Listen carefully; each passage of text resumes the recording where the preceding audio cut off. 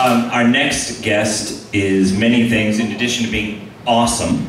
And you may have seen her show, which she just put up at the Artist Exchange in Cranston, and it's been up in a million places. It's going to be in New York City. If you don't have any plans on October the 27th, you should go and see her show, How to Be a Lesbian, Become a Lesbian in 10 Days or Less. Put your hands together for the lovely and talented Leigh Hendricks!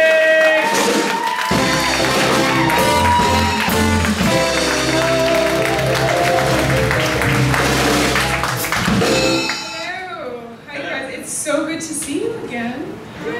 We've met a couple of times before. You remember, right? Of course you do. It's good. Yeah, it's good to see you. So, because we're friends, right?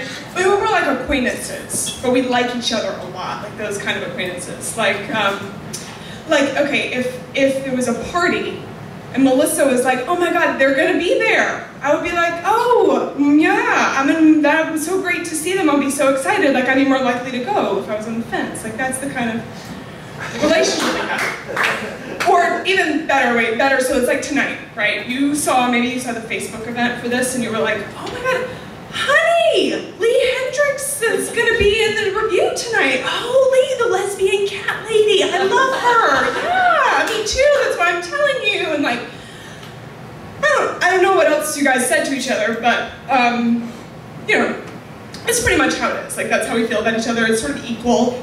We like each other about the same. You may like me a little more than I like you, and I'm actually more comfortable with that sort of as a balance of power, so that's working out for me. So good. So here we go. So now I'm going to tell you a story, and I tried to make it appropriate to the theme, like applicable to the theme for tonight, which I didn't really check with anybody about, but I just presumed it would be autumnal or Halloween-y. So that's working out well. So then we're just going to kind of move forward with the plan, which is for me to tell you a story about Halloween when I was in college. So it's also this is a story that's sort of timely, not just because it takes place on Halloween, but it's also about bullying and gay people. Shocker. I know you're surprised when I tell you the story. So, okay. So, I was in college. I was dating this girl, and she's super cute, really sweet girl. She looked a lot like Jodie Foster, actually. And she was also super tiny, like maybe 8 inches shorter than me. I'm not exaggerating, but it was super adorable. Like, she was adorable. We were adorable. Yeah. And, so we were dating, and we just had plans, like Halloween plans, I guess. I don't remember exactly what they were supposed to be, but I do remember that about 2 hours before this was going to take place, I had sort of a panicky freak out thing, and I called her and I canceled.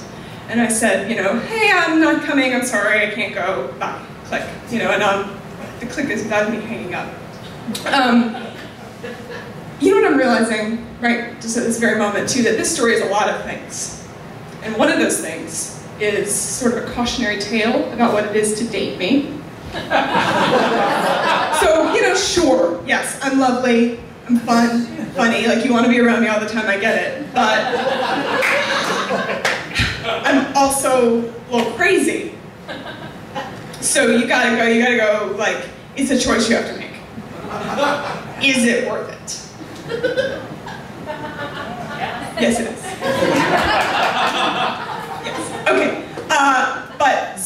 And she was great. So she comes over anyway, and like, so sweet. Yeah, really sweet and kind of brave, I think, to come over when I had called to cancel. And she brings me a stuffed animal, which was my dream up to that point. Like, you wouldn't know this. No one knows this. But I wanted someone, like a girl, to give me a stuffed animal that I could name after her and put on my bed, and she did, and it was awesome. So it was a good night for her. So we go, what we do is we sit outside of my dorm, and I'm on the porch on a swing, and we're just like smoking cigarettes and looking into one another's eyes, I presume, like being adorable. And so there we are, being adorable college lesbians at Winthrop University in central South Carolina, like totally oblivious. And suddenly we hear the sound, we hear this voice coming from the darkness, but we can't see anyone. And we hear, "Hey, where are you guys? Are you some kind of lesbians?" Shit, what's happening? Like, is this really happening? And we can't see anything, you know, we can just hear sort of that dude voice and like this aggressive boy laughter coming from the darkness. And we just sometimes sort of look at each other and look to where these voices are coming from and coming closer, and we hear, dude, dude, dude, they're lesbians. I think they're lesbians. It sounded just like that. I'm really good at impressions. Dude, I don't know if you knew that. And so, it's pretty scary. It's gonna get funny. Just relax. It's okay. But we're scared. It's dark. It's late, and it's Halloween, and other people have plans because they're not anxious and nuts, and so we're like the only ones there. And then the bodies emerge into the streetlight, and it's a bunch of drunk boys with really tight short skirts and tight tank tops with like balloons stuffed in there for boobs, and these really terrible like drugstore blonde stringy wigs, and they're wasted. And I realized that they live in the bottom of my dorm. They're like the sports guys, and they have on full makeup because it's Halloween. So like, what do straight boys want to do more than anything else when they dress up as girls? What does that? I mean, pretty girls. Everybody wants to be a pretty girl on Halloween, but and so in that moment, like I'm thinking, okay, I'm gonna get beat up by like drunk dudes in dresses. This is amazing, and it will make a great story. And then they just kind of keep punching each other, and they do this like dude, dude, dude, lesbian thing like over. I'm like, yes, okay, we get it, we're lesbians. And then they leave. They just leave. Nothing happens. And so then, now that the danger has passed, now that we've dodged a bullet, then I stand up from the bench and shout at their backs, "Fucking drag queens." That's a good idea. And I say shout, I don't know, because I remember it that way, and nothing happened, so maybe they didn't hear me. Maybe I just whispered it. Maybe I thought it would be awesome, but the point of the story is that I was almost beat up by some boys in dresses, and then I wasn't, and that's why it's okay that you guys left, because I'm fine, and I wasn't beat up.